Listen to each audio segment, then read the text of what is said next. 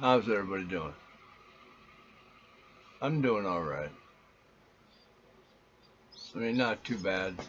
I mean, after all, I did grow up a poor, blind, legless, single child and an orphan on a farm in foothills of Mica Peak, in the foothills of Mica Peak.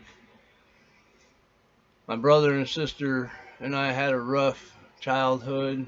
My parents were jerks, and no, not really. Uh, I did grow up on a farm on the foothills of Mica Peak Mountain, but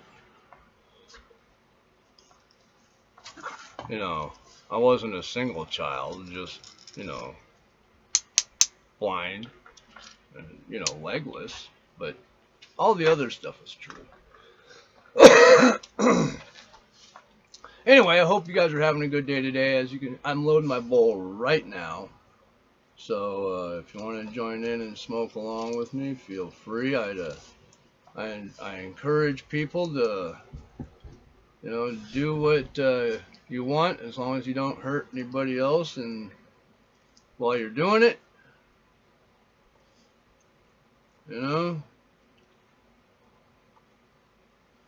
as long as you don't hurt anybody else. That's all I care about. Of course, the cops care about a lot more than that, but the cops aren't here in my bedroom right now.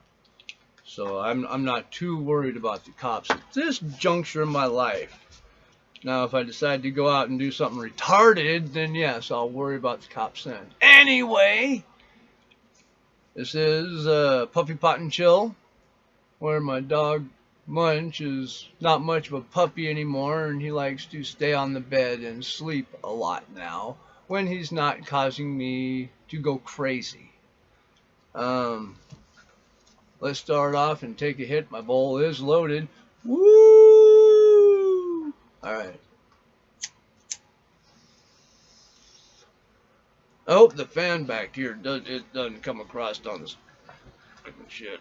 We'll see though.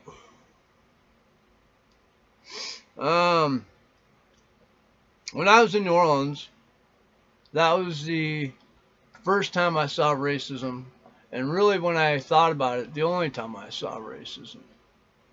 Uh, and it was only in the South that I ever saw racism. But it's not the racism that everybody's thinking about that I was seeing. It wasn't white people against the black people. It was the black people against the black people. From the deep black to the reds to the high yellows.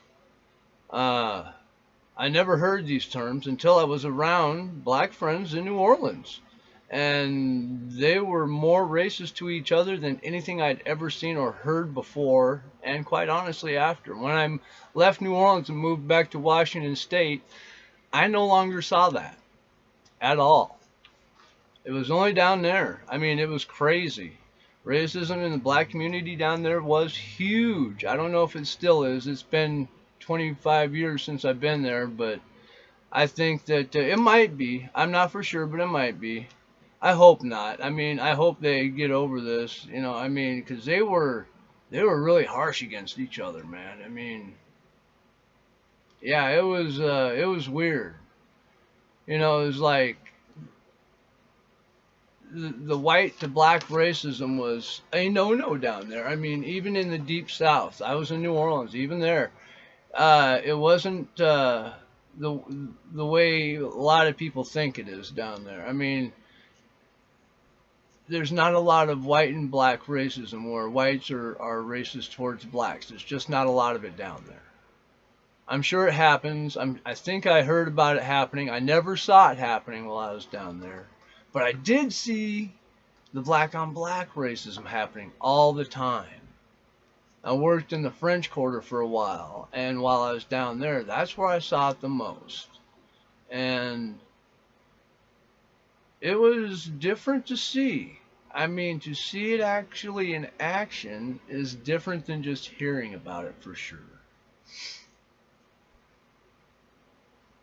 I mean, here's the deal. And the only reason I'm bringing this up is because there's a lot of people in that community that say they can't be racist. And I just want everybody to know that, yeah, they're human just like everybody else. They absolutely can be. I had a lot of good black friends down in New Orleans who weren't racist at all.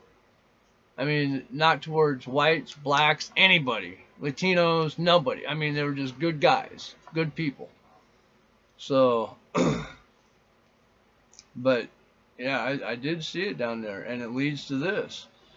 You know, if they're willing to be that way towards each other, then they can absolutely be racist towards white people. And we're seeing more and more of that now because we're letting it happen.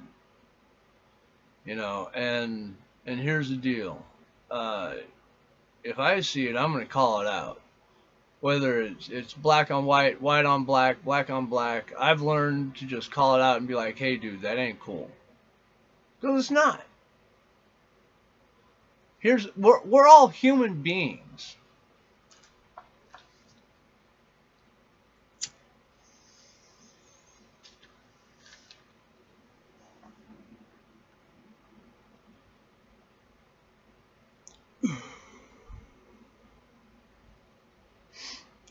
Have any of you that watch any of my videos, have any of you experienced racism on some level?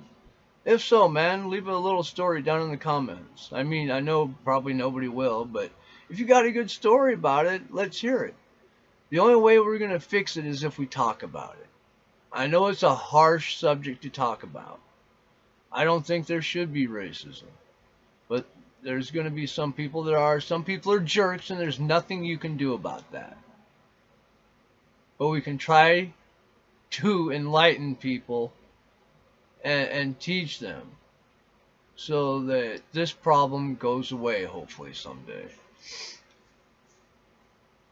The LGBTQIAXYZ community is getting crazier as the demands to be correctly gendered keep growing. Yet there is no way for the 99% of the population to correctly gender the 1% of the LGBTQIA people correctly. I mean, how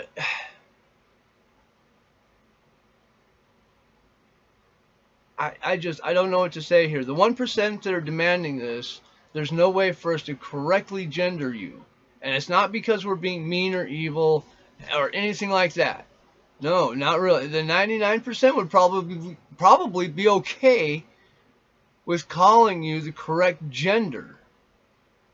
The problem is the 99% cannot, because the 1% have a mental illness called gender dysphoria or body dysmorphia, or there's a couple other mental disorders, but that's not even really the reason the 99% cannot correctly gender the 1%.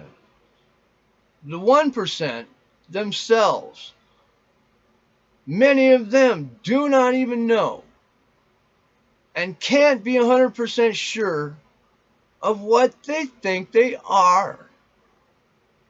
And if they can't be sure of what they are, nobody else can be sure. How's the 99% supposed to react and tell when you can't even be sure? It's crazy. We're going to have to work around this somehow. My thing is this: do whatever you want as long as it makes you happy and you're not hurting anybody else. Some things like, sexual liaisons between the opposite sex or the same sex or whatever need to be done quietly behind closed doors in the home, not drug out into the public and put out for kids to be seen and have it pushed at children. That's my concern. Keep it at home, keep it quiet, just like the 99% of the straight people do. You don't see them dragging their wife out into the street, slapping her on the ass, riding her like a horse, and making videos about it. I mean, granted, there are probably some on OnlyFans and some weirdos on Pornhub and some shit like that, but that is an even smaller collective of people. In Central Oregon, there's a community college that they call COCC, the Cock. Yep, real place. Could have been the OCCC and changed nothing but the order of the words. None of the title is lost in meaning or the message. It's exactly the same, but they knew what they were doing. They knew it, they knew it, they knew it. I mean, come on, man. They knew what they were. They wanted a school that they could call the Cock. Well, they got it. Oh yeah, the sovereign citizens. I don't know if I got time to talk about this. I mean, generally the cops. It goes like this. All the videos I've been watching is cop says get out of the car. The sovereign citizen says no, thank you, or I didn't do nothing, or go away, or I don't consent, or something like that. And the cop goes and breaks the window. The sovereign citizen goes ahoo and goes to jail, and that's about what happens. Usually it takes a long time, but that's about what it boils down to being. You know,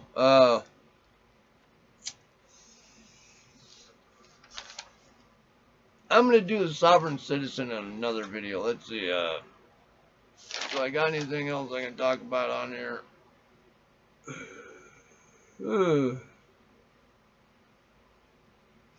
I'm gonna do this next time. That way I have something to do. I'll probably put it up later today. How about that? So, boom, that's it for now. And remember, this is a comedy channel. Everything I say is a joke. And don't forget, the Ukraine Russia war. That's funny. That's a joke.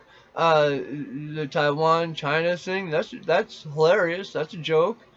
The rising prices of inflation through gasoline. That's hilarious. Everybody's fucked. Um, we just keep going and going and going, and everything just keeps getting worse. And Biden keeps saying it's great, and a lot of people out there go, "Yay, it's great! He said it's great. It's great, right? He said it's great, so it must be great, right? It's great. It's great. It's great." It's not great. The prices suck. Gas prices are way through the fucking roof. Because gas prices are up, it means that everything we love so dearly costs that much more because it costs gas to get it to us. And there's people out there screaming, use electric trucks. You do understand that it's the fossil fuels that power the stations that charge those electric cars and trucks, right? You do know that, right? Plus the massive footprint that those fucking things leave just in making them. Just the batteries and making them. Everything needs lube to be made. It needs lube to roll down the road. That's fossil fuels. Everything. People don't understand the footprint those things have and what it takes to run them. Fossil fuels charge them. It takes fossil fuels to make them. It takes fossil fuels to dig for the materials to make them.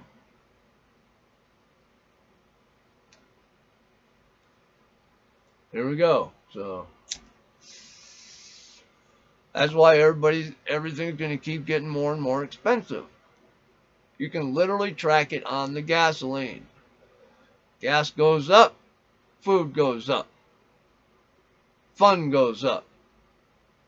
The tires for your vehicle go up because it costs money to use gasoline to get them from across the nation to over here to get them on your car. Everything is affected. Everything is connected.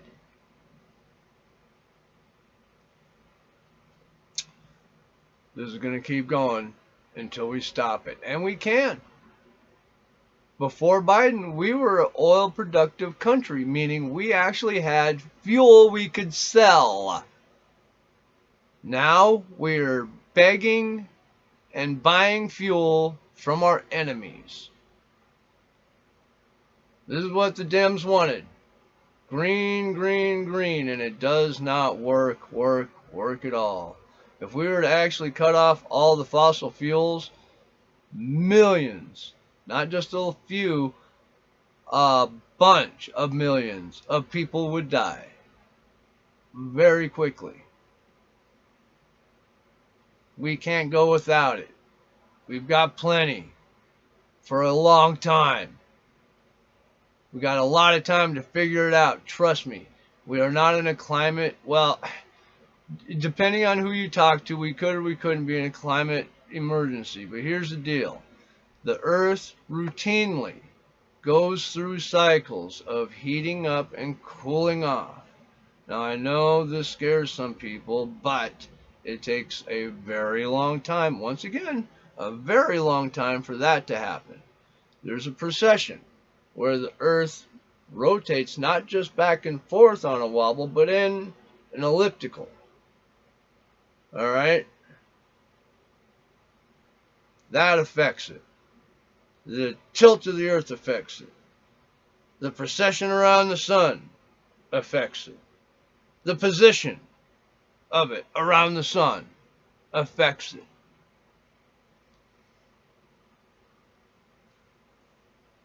The Earth is heating up. There is climate change. But there was also a time when they thought it was cooling off. Back in the late 70s, early 80s. And then in the later 80s, they said it was getting hot. And then, back then, they said that our poles would be gone by the 90s. And then they came up with new predictions. I posted a video about that. I lived through all that. I watched the, quote, end of the earth so many times from these lunatics making these not very smart predictions. You know, they keep saying that the polar bears are dying. No, they're not. They're doing just fine. They have no drop in population. Everything's dandy up there. Those scenes you see of the polar bear who's emaciated and can barely walk, that's a polar bear at the end of his life who was dying because he was 1,000 years old. Not because he couldn't eat. Polar bears are doing fine. You don't believe me?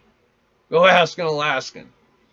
They have some troubles with them now. There's a few of them that like to get into their food.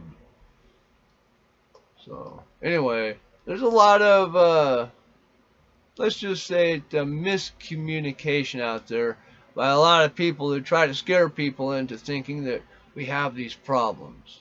In all reality, we can handle the heat just fine, even if it went up 10 degrees. Everything would be fine. Trust me, we can handle it. We can figure it out. Now, if we went into an ice age, then we would have some problems. I don't know. We might be able to beat that too, but boy, it'd be close. Yeah, I don't know. Maybe. Because, we do work up in Alaska, way up north, and way down in the Arctic. Maybe. We might have the technology. It'd be tough. It'd be way tougher in the cold than it would be in the heat. For sure.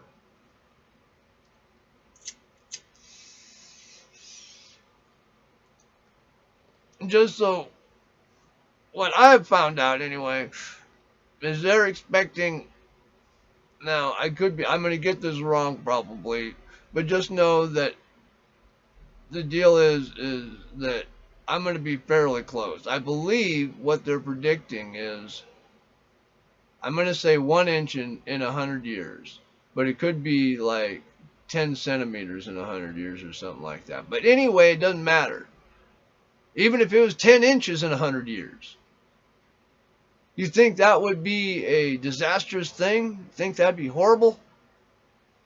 I think the slowly rising waters, I think we'd be able to run away from them fast enough. I don't think we'd be in that much danger. I think we just slowly move inland a little bit. And not far. Not as far as people think, by any means. There's a lot of islands out in the Pacific they said would be underwater, for sure, like 30 years ago, that are still above water. I'm not saying it's not happening. I'm just saying that some of these guys are crazy and some of the things they say don't make sense. That's all I'm saying because this is a comedy channel and I'm going to poke fun at them. And always remember, if you like what I'm doing, give me a thumbs up.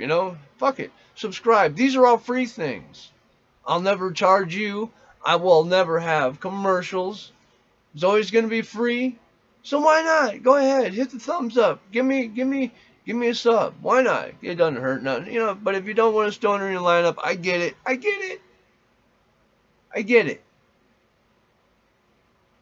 Anyway, that's enough ranting for this video.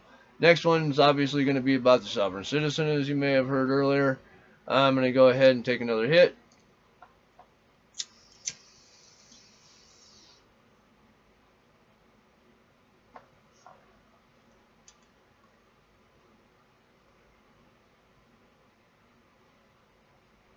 Woo! Peace.